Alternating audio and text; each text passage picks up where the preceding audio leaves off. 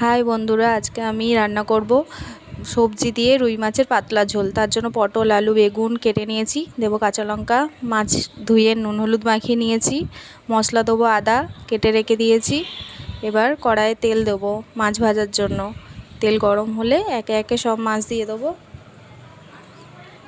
তেল গরম হয়ে গেছে, এবার একে একে সব মাছগুলো দিয়ে দিই। মাছগুলো ঠান্ডা তেলে দিলে মাছ ভাজা হবে না, তাই গরম হয়ে গেছে তেল, দেখছেন ধোঁয়া উঠেছে, মাছ ভাজা হচ্ছে। চলুন এবার মশলাটা বেটে নিই। আমার মতো কে কে শিলনোড়ায় বাটনা বাটেন একটু বলবেন। আদা দিয়ে দিলাম, জিরে, কাঁচা লঙ্কা, এবার বেটে নিই। মশলা দিতে হবে ভালো করে, কাঁচা লঙ্কা এমনি ফোড়ন দেবো। চলুন ঝপাঝপ বেটে নিই। না প্রেসার দিলে তো আর শিলনোড়ায় বাটা হয় না। চলুন তাড়াতাড়ি বেটে নিই, মিহি করে না বাটলে খাবারে টেস্ট আসবে না। মশলা বাটা হয়ে গেছে, এদিকে আমার মাছগুলোও ভাজা হয়ে গেছে। আর একটুখানি কড়াইতে সব মাছ দেওয়া যায় না, দ্বিতীয় মাছ দিলাম, সেগুলোও ভাজা হয়ে গেল। মাছগুলো একে একে তুলে নিই। দেখুন সব মাছ ভাজা হয়ে গেছে লাল লাল করে। এবার ওই কড়াইতে একটু তেল দেবো, তেল দিয়ে বাকি সবজিগুলো ভাজার জন্য পাঁচফোড়ন দিলাম, কাঁচা লঙ্কা দিলাম। এবার একটু পাঁচফোড়ন কাঁচা লঙ্কাটা ভাজা হয়ে যাবে, তারপর দেবো সবজিগুলো। একটু ভাজা হয়ে গেছে, এবার সবজিগুলো দিলাম। প্রথমে দিলাম পটলগুলো একটু ভাজা হবে, ভাজা হতে দেবো। তারপর বাকি আলু বেগুনটা দেবো।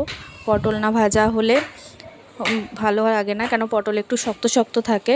এবার আলু বেগুন দিয়ে দিই, দিয়ে একটু ভালো করে নাড়বো, নাড়াচাড়া করে ভাজা ভাজা মতো হয়ে যাবে। কেন ভালো সবজি না ভাজা হলে ক্যাচক্যাচ করবে। দেখুন ভাজা হয়ে গেছে লাল লাল মতো। এবার ওর মধ্যে বাটা মশলাটা দিয়ে দেবো। এর মধ্যে কোনো শুকনো লঙ্কা গুঁড়ো দেবো না, শুধু হলুদ নুন আর ওই যে মশলাটা বেটেছি ওটাই দেবো। হলুদ নুন দেওয়া হয়ে গেছে, মশলা এবার কষাবো। মশলা দেখছেন কষাই হয়ে গেছে। মশলা যত কষবে রান্নার তত স্বাদ বাড়বে। মশলা দেখেছেন পুরো কষা হয়ে গেছে, আমার তেল ছেড়ে দিয়েছে মশলা।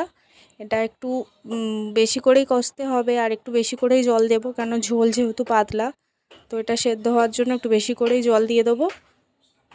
জল দিয়ে এবার চাপা দিয়ে দেবো সবজিগুলো সেদ্ধ হওয়ার জন্য। সবজিগুলো সেদ্ধ হলে তারপর মাছ দেবো। চলুন ঢাকা দিয়ে দিই।